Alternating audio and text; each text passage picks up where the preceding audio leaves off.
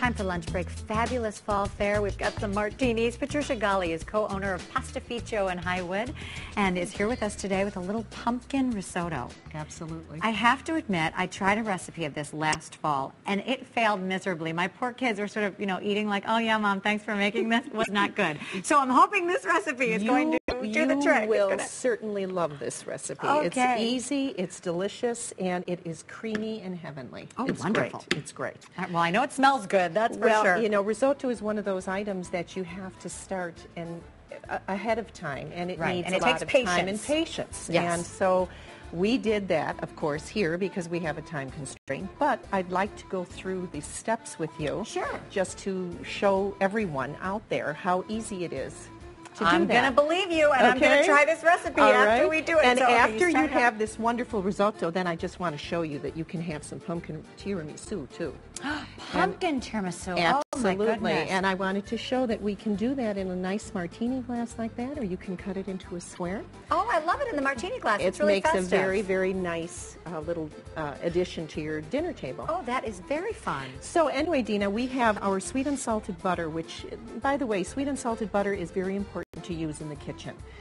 Because you don't have the extra sodium. Right. And also it gives every dish a background which is a lot cleaner and richer in texture. Oh, interesting. Great tip. And then extra virgin olive oil, obviously, is a fine extra virgin olive oil is just fine. Okay, so we have both of those items in the pan here, and you can see that it is bubbly. Right. So what we're going to do is we're going to take our onion, which has been diced, and this is a sweet Vidalia onion that I have used. The sweetness of the onion will make the sugar, the natural sugar of the onion, come out and really give that nice flavor. And you can just smell the aroma right now, okay? Then once this has caramelized to a nice golden brown, what we're going to do is we're going to add a little bit of white wine. Now, you love white wine? I like it in cooking, yes. I prefer to drink the red, but absolutely. I like Okay, white wine to cook with. Always in your cooking, use a good white wine, one that you would like to drink. Oh, I see. Okay, so one that tastes good. Absolutely. So you're using an Italian This here. is the Vermentino, and it has a nice, clean taste to it. Smells and like a Pinot Grigio, maybe. Smells like a Pinot Grigio, but it doesn't overpower the risotto, because risotto really is quite delicate, actually. Okay, once that has reduced, then what you're going to do is you're going to take your shredded pumpkin. Now, this is a sugar pumpkin, which we have right here.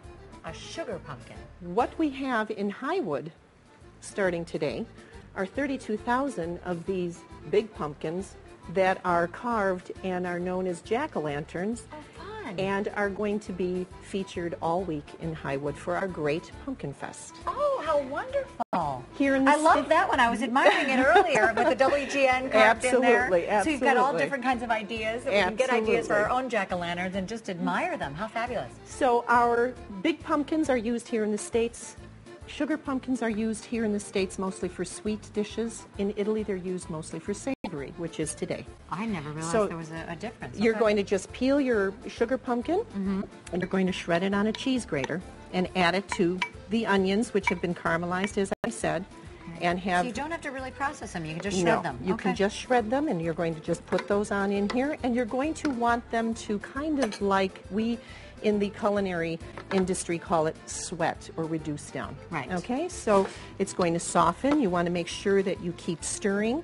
As a matter of fact, I'm going to go back here and make a little bit of a stir here, because if the camera can get in to see this, I'm not sure, but as you are going to be intermittently adding your broth to your rice once we add the rice, do you see how when you stir, it pulls away from the pan? Right. That is the sign for you to add a little bit more broth. Okay?